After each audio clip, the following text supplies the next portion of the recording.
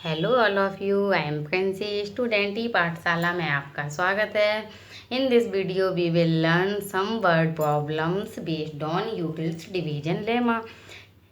Division lemma को हमने अपनी लास्ट वीडियो में डिस्कस किया था कि ये लेमा क्या होती है, इसका यूज एचसीएफ फाइंड करने में कैसे किया जाता है। जिन बच्चों ने वो वीडियो नहीं देखी है वो उस वीडियो को पहले देख लें, उसके बाद ही ये क्वेश्चन समझ में आएंगे।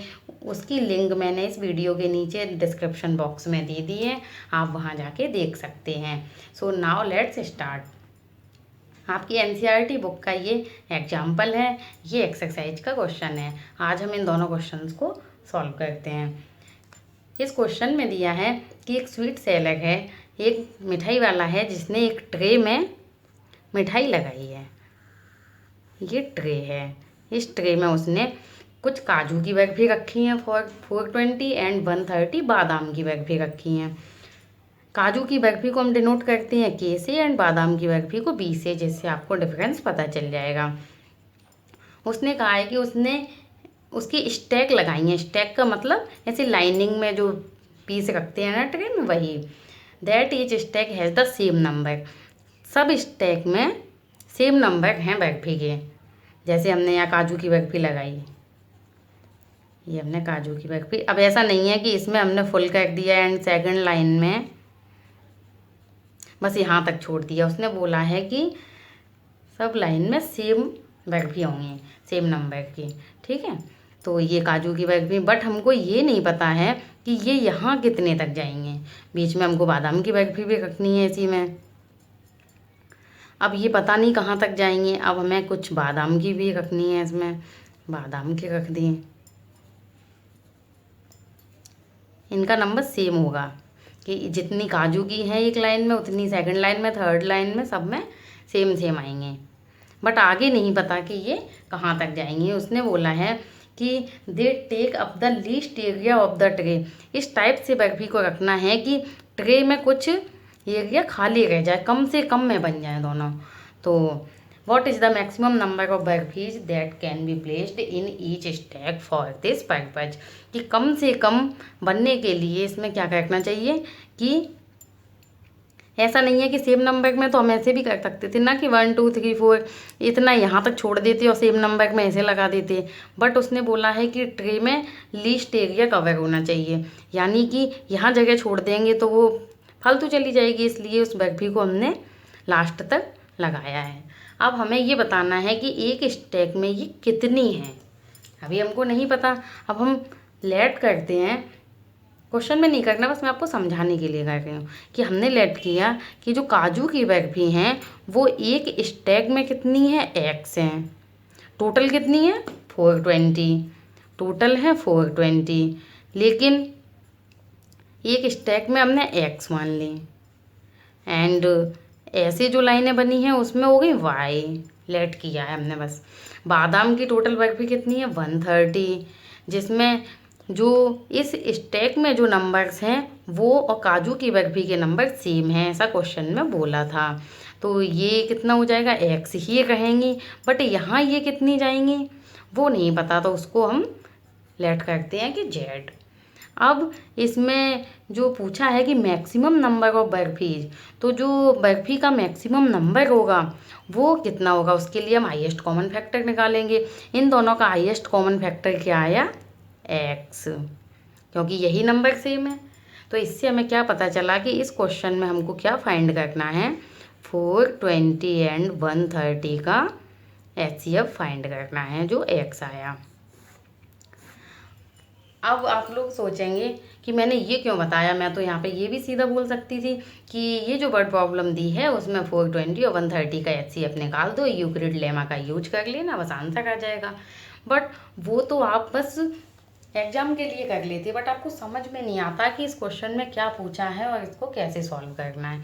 इसलिए मैंने ये बताया है, ये सब आपको करना नहीं है, सिर्फ समझाने के लिए है। करना आपको वही है, बस एचसीएफ फाइंड करना है। वो हम कैसे करेंगे कि 420 है, वही एचसीएफ भी फाइंड करना है, तो सीधा लिखेंगे कि हमें जो नंबर फाइंड करना है वो क्या है, एचसीएफ निकालते हैं हम किसका, 420 एंड 130 का। HCF फाइंड करना है। यहाँ पर 420 is greater than 130। We apply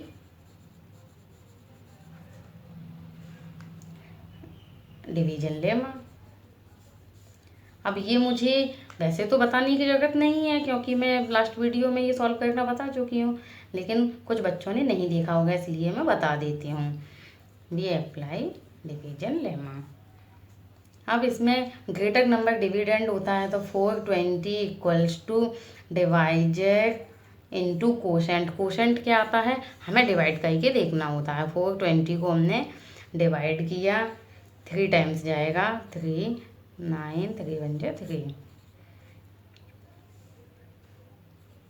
30। ये रिमाइंडर 30 आ गया। कोशेंट 3 प्लस रिमाइंडर 30 आ गया। Since remainder is not equals to 0 then divider and remainder को यूज किया जाएगा। तो 130 is dividend equals to 30, divider बन गया इनटू कोशेंट। डिवाइड करते हैं, 130 को डिवाइड किया तो ये कितने टाइम्स जाएगा, 4 टाइम्स 12 आ गया। ये आ गया 10। कितना आया, 4 टाइम्स प्लस रिमाइंडर आ गया 10। Since remainder is not equals to 0, हम फिर से वही प्रोसेस करेंगे कि 30 डिवाइडर है एंड 10 रिमाइंडर है। 30 को डिविडेंड बनाया, 10 डिवाइडर बन गया इनटू कोशेंट कितना आएगा, 10 से 30 को डिवाइड किया, 3 टाइम्स जाएगा, 3 प्लस रिमाइंडर आ गया 0। Since remainder equals to 0, so HCF कितना आ गया, HCF ऑफ 421 एंड 130 का कितना आ जाएगा, 10। जिस स्टेप में रिमाइंडर 0 हो जाता है उसका जो डिवाइजर होता है वही HCF होता है। अब इसको स्टेटमेंट में आप कैसे लिखेंगे, आप ऐसे भी लिख सकते हैं कि maximum number of workpiece that can be placed in each stack is 10। This is answer. आप ऐसे भी लिख सकते हैं कि the sweet seller can make stacks of 10 workpiece for both kind of workpiece. ठीक है, कि आपकी एक स्टैक में दोनों टाइप की जो वर्कपीस हैं वो कितनी होंगी, 10 बनेंगी, तब जाके लीस्ट एरिया कवर होगा। तो 10 इज आंसर। आप स्टेटमेंट लिख लेना, या तो ये क्वेश्चन से सीधा लिख लेना, या आप अच्छे से उस लाइन को लिख देना कि जो स्वीट सेलर था वो कैसे बना सकता है, the sweet seller can make stacks of 10 for both kind of workpiece. Okay, next question is exercise 1.1 का थर्ड क्वेश्चन कि आर्मी में 616 मेंबर्स हैं एंड बैंड मेंबर उसके 32 हैं, तो उनके ग्रुप बनाने हैं जिसमें परेड होगी जिससे, और उसमें मैक्सिमम नंबर कॉलम का फाइंड करना है। ये क्या लैंग्वेज है, ये तो समझ ही नहीं आई, तो इसको हम समझते हैं कैसे कि जब भी परेड होती है हमें मालूम है तो उसमें बैंड आर्मी पहले लगती है और बाकी आर्मी बाद में लगती है। बैंड में कितने मेंबर्स हैं, 32, ये आगे सबसे पहले यहाँ पे आएंगे। अब ऐसा नहीं कि 32 सब यहीं आएंगे, कुछ इनके पीछे भी हो सकते हैं। मेन आर्मी जो लगेगी वो 616 है। अब हमें पता नहीं कि ये कितने नंबर्स हैं, तो इनको हमने लेट किया कि ये एक्स हैं। अब इनके पीछे आर्मी जाएगी, हमको बताना है कि ये टोटल ऐसे कितने कॉलम बन जाएंगे।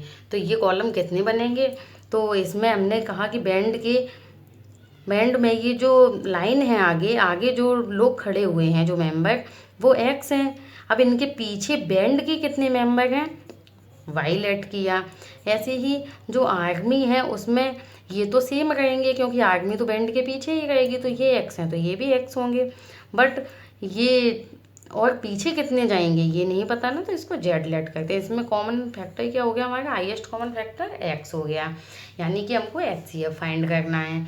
तो HCF ऑफ 616 एंड 32 फाइंड करना है।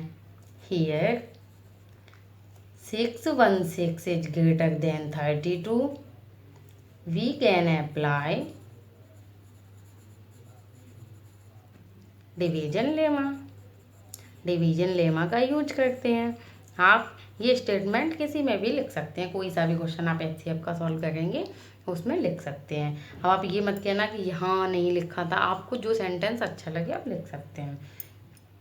अब इसमें हमने ये सॉल्व किया, 616 क्या हो गया, डिविडेंड हो गया, 32 डिवाइडेड हो गया, कोशेंट क्या आएगा। अब ये तो हमको डिवाइड देना पड़ेगा, तो हम यहाँ डिवाइड देते हैं कि 32 से हमने डिवाइड दिया, 32 से हमने 616 को डिवाइड दिया। ये कैसे जाएगा, 32 बन जा 32, ये आया 9, ये 5 में से 3 2 और 6 ये वाला आ गया। अब ये 9 टाइम्स जाएगा, 9 टाइम्स जाएगा, आप देख लेना। तो यहाँ पे आएगा 8, 9 3 जा 28, ये हो जाएगा। अब ये आया आपका 8, यहाँ पे आ गया, यहाँ पे 0 आ जाएगा। क्या आया, कोशेंट आया यहाँ पे 19 प्लस रिमाइंडर आया 8। Since remainder is not equals to 0, then ये प्रोसेस हम अगेन करते हैं। तो 32 is dividend, divisor and remainder लेते हैं, इक्वल्स टू रिमाइंडर आया 8 इंटू कोशेंट क्या आएगा। अब 8 से हमने डिवाइड दिया 32 को, 4 टाइम्स जाएगा, 4 प्लस रिमाइंडर 0 आ गया। Since remainder equals to 0, then HCF of 616 and 32 is 8। This is answer. अब 8 क्या है, ये कॉलम्स हैं, आप ऐसे ही छोड़ दें तो 8 कॉलम्स यहाँ लिख दें। ओके, स्टेटमेंट लिखना है तो कोई बात नहीं, यहाँ HCF 8 लिख दिया, उसके बाद हम स्टेटमेंट लिख देंगे कि the maximum number of columns in which they can march be 8 columns. Okay, और नहीं लिखना है तो यहाँ 8 कॉलम्स लिख दें। इसमें भी जो स्टेटमेंट बताया है वो आप लिख दें तो अच्छा है, नहीं लिखें तो यहाँ 10 बैकभेज लिखते हैं कि एक स्टैक में 10 बैकभेज आएंगे। ओके, आई होप आपको ये कॉन्सेप्ट, ये क्वेश्चंस बहुत अच्छे से समझ में आ गए होंगे। अगर आपको ये अच्छा लगा हो, पसंद आया हो, तो प्लीज़ इस वीडियो को लाइक एंड शेयर कीजिए एंड स्टूडेंट ई पाठशाला से जुड़े रहिए, जिससे आपकी स्टडी कंटिन्यू चलती रहे। Thanks for watching this video.